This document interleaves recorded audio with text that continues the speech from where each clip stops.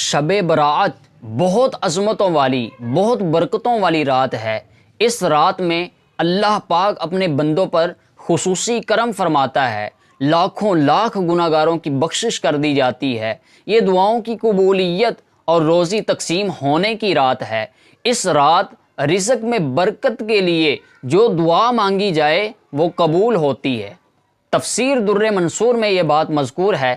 ہمارے آقا مدینے والے مصطفیٰ صلی اللہ تعالی علیہ وآلہ وسلم نے ارشاد فرمایا، اللہ کریم 4 راتوں میں بھلائیوں کے دروازے کھول دیتا ہے۔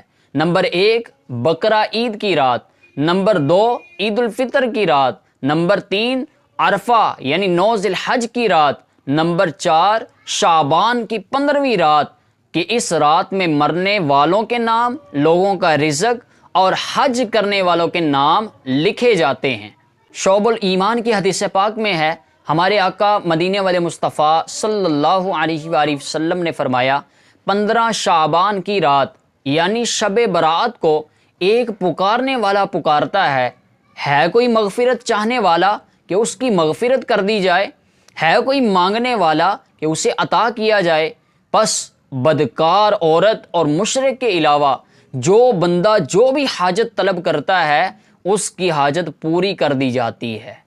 حجت الاسلام امام محمد بن محمد غزالی رحمۃ اللہ علیہ فرماتے ہیں، کہا گیا ہے جیسے مسلمانوں کے لیے عید کے 2 دن ہیں، ایسے ہی آسمان کے فرشتوں کے لیے 2 راتیں عید کی ہیں، شب برات اور شب قدر۔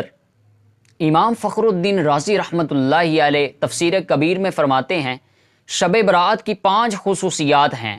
نمبر 1 اس رات ہر حکمت والا کام بانٹ دیا جاتا ہے، مثلا آئندہ سال کسے کتنی روزی دی جائے گی، کون خوش نصیب حج کرے گا، کون مرے گا، کون زندہ رہے گا وغیرہ، سب کچھ فرشتوں کو بتا کر اس کام پر ان کی ڈیوٹیاں لگا دی جاتی ہیں۔ نمبر 2 اس رات میں عبادت کے خصوصی فضائل ہیں۔ اللہ پاک کے آخری نبی صلی اللہ علیہ وسلم نے فرمایا، جو بندہ شب برات میں 100 رکعت نفل پڑھے، اللہ پاک اس کے پاس 100 فرشتے بھیجتا ہے، ان میں سے 30 فرشتے اسے جنت کی بشارت دیتے ہیں، 30 فرشتے اسے جہنم سے آزادی کی خوشخبری سناتے ہیں، اور 30 فرشتے اسے دنیاوی آفات سے بچاتے ہیں، اور 10 فرشتے اس کی شیطان سے حفاظت کرتے ہیں۔ اللہ اللہ اللہ، پیارے اسلامی بھائیوں، کیسی سعادت کی بات ہے، جو بندہ شب برات میں 100 نوافل پڑھتا ہے، فرشتے جنت کی خوشخبری دیتے ہیں، فرشتے جہنم سے نجات کا پروانہ سناتے ہیں، فرشتے اسے دنیاوی آفات اور شیطان سے بچاتے ہیں۔ لیکن ہمارے ہاں لوگ جہنم کی آگ سے آزادی کی اس رات آتش بازی کرتے ہیں، پٹاخے پھوڑتے ہیں، اور بھی بہت سارے گناہوں برے کام کیے جاتے ہیں۔ شب برات خصوصیت کے ساتھ عبادت میں گزاریے، کیونکہ یہ عبادت کی رات ہے، لہٰذا اس بابرکت رات میں گناہوں سے بچ کر عبادت میں مصروف رہنا بہت بڑی سعادت کی بات ہے۔ امام رازی رحمۃ اللہ علیہ نے اس رات کی تیسری خصوصیت یہ ارشاد فرمائی، نزول الرحمہ، یعنی اس رات اللہ پاک کی رحمتیں چھما چھم برستی ہیں۔ نمبر 4 پہ فرماتے ہیں، اس رات امت مسلمہ کی بخشش کر کے انہیں جہنم سے آزادی کا پروانہ سنایا جاتا ہے، جہنم سے آزادی عطا کی جاتی ہے۔ اور شب برات کی 5ویں خصوصیت یہ ہے، اس رات میں ہمارے آقا صلی اللہ علیہ وسلم کا منصب شفاعت مکمل ہوا۔ روایات کے مطابق ہمارے آقا صلی اللہ علیہ وسلم نے شعبان المعظم کی 13ویں رات بارگاہ الہی میں سوال کیا تو آپ کی 1/3 امت آپ کی سپرد کر دی گئی۔ پھر آپ صلی اللہ علیہ وسلم نے شعبان المعظم کی 14ویں رات سوال کیا تو آپ کی 2/3 امت آپ کے حوالے کر دی گئی۔ پھر آپ صلی اللہ علیہ وسلم نے شعبان المعظم کی 15ویں رات سوال کیا تو رب تعالیٰ نے آپ کی ساری امت کو آپ کے سپرد کر دیا۔ اے عاشقان رسول، شب برات بہت نازک رات ہے۔ اللہ پاک نے فرمایا، فیہا یفرق کل امر حکیم، اس رات میں ہر حکمت والا کام بانٹ دیا جاتا ہے۔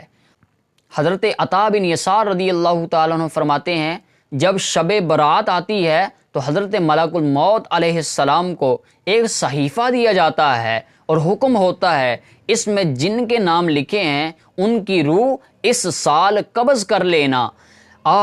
آدمی شادی بیاہ میں مصروف ہوتا ہے، گھر کی تعمیر اور ترقی میں لگا ہوا ہوتا ہے، جبکہ اس کا نام مردوں کی لسٹ میں شامل کر دیا جاتا ہے، مردوں کی فہرست میں لکھا جا چکا ہوتا ہے۔ بے وفا دنیا پہ مت کر اعتبار، تو اچانک موت کا ہوگا شکار، موت آ کر ہی رہے گی یاد رکھ، جان جا کر ہی رہے گی یاد رکھ۔ اے عاشقان رسول، شب برات کو اعمال نامے تبدیل ہوتے ہیں، لہٰذا اس رات کی برکتیں لوٹنے، مغفرت و بخشش کی خیرات پانے کے لیے بہتر ہے کہ شب برات آنے سے پہلے یہ 3 کام لازمی کر لیجئے۔ توبہ کر لیجئے، دوسروں سے معافی مانگ لیجئے، دل سے بغض و کینہ حسد نکال دیجئے، ان کاموں کو اختیار کیجئے، نیک اعمال بجا لائیے، اللہ پاک کی نافرمانی سے بچیے اور خوب نیک کام کیجئے، گناہوں سے بچتے رہیے۔ اللہ پاک کی بارگاہ میں دعا ہے کہ ہمیں شب برات عبادت میں مصروف رہ کر گزارنے کی توفیق نصیب فرمائے۔ آمین بجاہ النبی الامین صلی اللہ تعالی علیہ وآلہ وسلم۔